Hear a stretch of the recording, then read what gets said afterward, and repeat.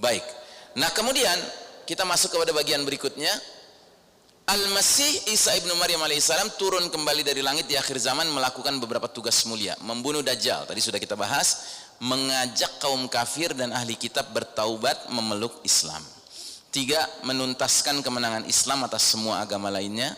4. Menghancurkan salib dan membunuh babi. 5. Menghapuskan jizyah. Anda tahu jizyah? Apa jizyah? Apa?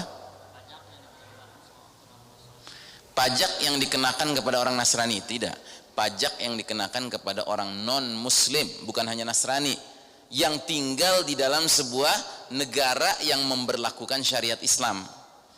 Jadi kalau syariat Islam diberlakukan di suatu negara, orang non-muslim boleh tinggal di negara itu dengan syarat setahun sekali harus bayar jizyah, pajak non-muslim.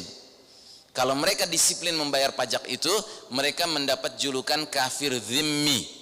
Apa artinya kafir zimmi? Orang kafir yang dinaungi, dilindungi oleh pemerintah Islam. Jadi kalau disiplin mereka bayar jizyah itu setiap tahun sekali, pemerintah Islam wajib menjamin nyawa mereka aman, harta mereka aman, kebebasan beribadah mereka aman. Tapi mereka tidak boleh beribadah di sembarang tempat, harus beribadah di tempat ibadah mereka atau di rumah mereka.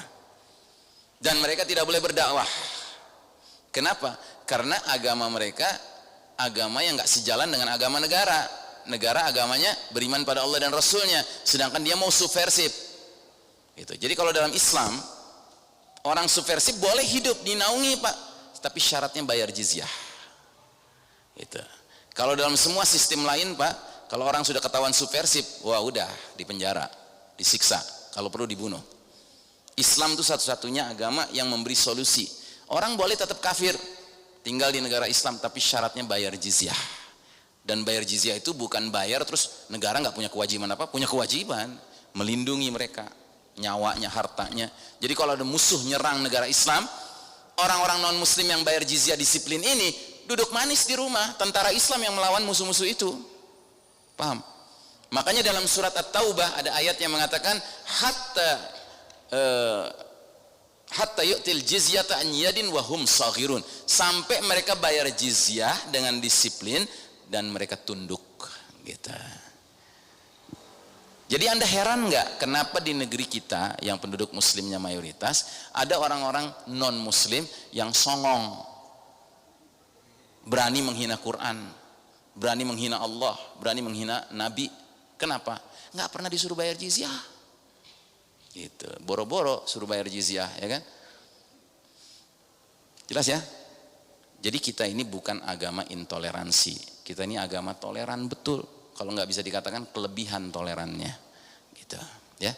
Nah, Isa alaihissalam turun, jizyah dihapus, nggak ada lagi jizyah. Kenapa? Karena Isa alaihissalam turun, tanda dunia udah mau berakhir. Gitu. Makanya tadi saya udah jelaskan belum? Kalau nanti Isa alaihissalam menghadapi orang kafir, orang Yahudi, Nasrani, dia cuma ngasih dua pilihan. Pilihan pertama, aslim taslam, masuk Islam engkau akan selamat dunia akhirat. Yang kedua, kalau nggak mau diapakan? Dibunuh, diperangi, dibunuh. Ya. Makanya nanti akan ada orang-orang kafir tertentu, orang Yahudi, Nasrani tertentu, yang masuk Islam nggak mau, mati juga nggak mau. Akhirnya apa? Masuk Islam kepaksa. Sampai kapan? Sampai dia akhirnya benar-benar jadi muslim mukmin, taubat gitu kan, beneran taubat, atau sampai Isa alaihissalam wafat.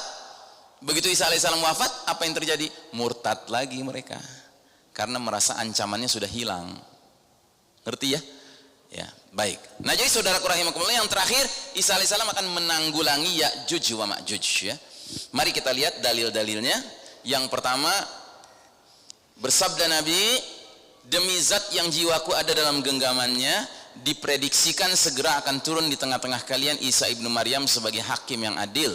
Dia akan hancurkan salib, dia akan bunuh babi, dia akan hapuskan jizyah, dan harta benda akan banyak tersebar. Sampai apa? Sampai tidak ada seorang pun yang mau menerima sedekah, karena semua orang sudah merasa sejahtera, ya.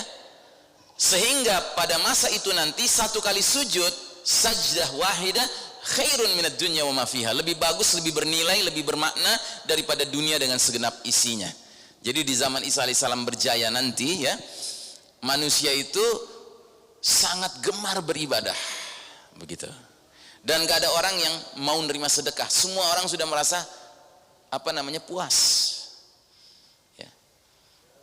Sampai-sampai orang menganggap sujud sekali aja tuh nilainya tinggi sekali. Ya, nggak kayak zaman sekarang Pak. Ya, kalau zaman sekarang orang sujud aja mikirin duit. Gitu. Kalau zaman itu nanti orang nggak ada yang mikirin duit, nerima duit aja nggak mau, nerima sedekah aja nggak mau. Malah orang sibuk beribadah. Ya. Kemudian dalil yang berikutnya yang bisa kita jadikan acuan juga, kata Nabi, tidak ada Nabi antara aku dengan dia, maksudnya Isa alaihissalam. Sungguh kelak dia akan turun, jika kalian melihat Isa alaihissalam, kenalilah dia. Dia seorang laki-laki yang sedang, tinggi tidak, pendek pun tidak, berkulit merah keputih-putihan, mengenakan kain berwarna kekuningan, seakan rambut kepala menetes, padahal tidak basah. Isa alaihissalam akan memerangi manusia hingga mereka memeluk Islam. Dia akan pecahkan salib, dia akan bunuh babi, dia akan hapuskan jizyah, pajak non muslim, dan pada masa kepemimpinan Isa alaihissalam Allah akan binasakan semua agama kecuali Islam. Jadi semua orang menjadi muslim pada masa itu. Ya. Selanjutnya Isa alaihissalam akan membunuh Dajjal dan akan tinggal di dunia selama total 40 tahun. Setelah itu dia meninggal dan kaum muslimin menyolatkannya. Nah, jadi saudaraku rahimakumullah, pertanyaan, kenapa Isa alaihissalam harus menghancurkan salib? Karena salib telah menjadi fitnah di tengah-tengah pengikutnya. Pengikutnya mempercayai kalau Isa alaihissalam mati di tiang salib, padahal dia tidak pernah mati di tiang salib. Dan gara-gara salib itulah mereka mengembangkan ajaran Trinitas, sebuah ajaran absurd yang nggak bisa dirumuskan, nggak bisa dijelaskan. Ya, 3 in 1, 1 in 3. Jadi nanti orang-orang Nasrani menyaksikan Isa alaihissalam menghancurkan salib dengan tangannya sendiri. Kalau Nasraninya itu Nasrani yang hatinya masih nyala, segera mereka jadi sadar ini adalah sebuah kebatilan, ya, menghormati salib itu. Maka mereka segera masuk Islam. Tapi Nasrani-Nasrani yang udah kelot gitu ya, ngelihat kejadian itu marah dan akan berpihaknya kemana? Ke Dajjal. Begitu. Melawan Isa alaihissalam. Terus kedua, kenapa harus membunuh babi? Karena babi telah menjadi fitnah juga bagi kaum Nasrani, yang entah bagaimana ceritanya Nabi Muhammad SAW, Nabi Musa alaihissalam, Nabi Isa alaihissalam mengharamkan babi, tetapi orang-orang Nasrani kok menghalalkannya. Ngerti? Ya. Maka sampai perlu disebut khusus oleh Nabi Muhammad SAW, salah satu yang akan dikerjakan Isa alaihissalam adalah membunuh babi. Ya. Dan hari ini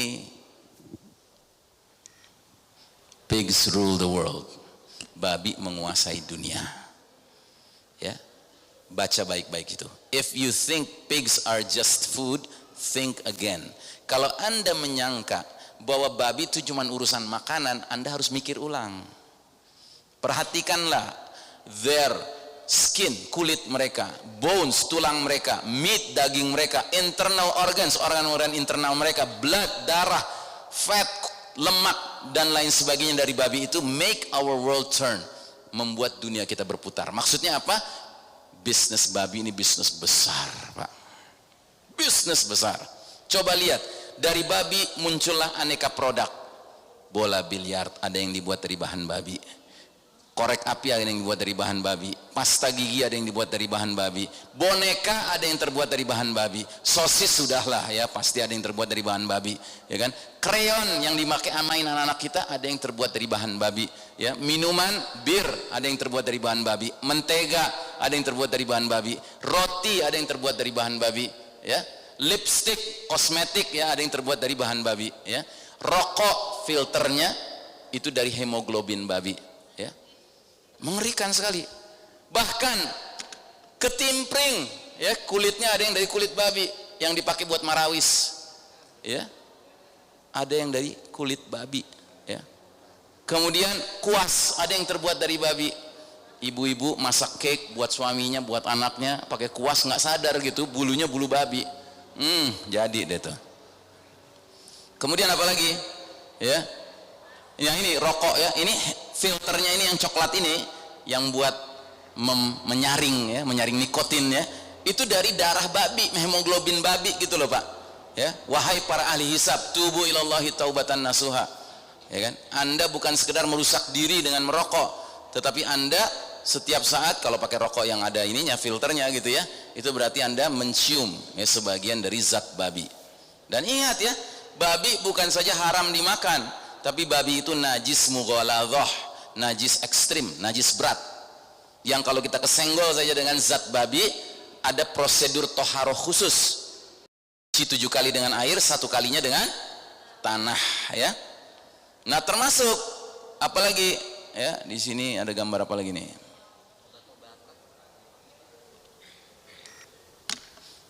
Di sini ada gambar apa lagi nih? Coba kita lihat. Oh nggak ada gambarnya ya? Iya, saya mau kasih lihat. Jadi obat itu banyak, obat-obat kimiawi, suntikan itu banyak yang mengandung zat babi. Nggak kurang-kurang suntikan meningitis buat berangkat umroh haji ya kan, itu mengandung enzim babi. Bayangkan mau pergi ibadah, mau berdoa di tempat-tempat mustajab, tapi darah kita mengandung babi karena disuntikin ya zat yang mengandung enzim babi. Gimana coba ngebersihinnya? Minum gelas 7 air, 1-nya tanah gitu, gluk gluk gluk gluk gluk ya. Terus goyang-goyangin badan gitu, nggak ngepek ya. Nah jadi banyak sekali bahan sekarang sudah terbuat dari babi ya.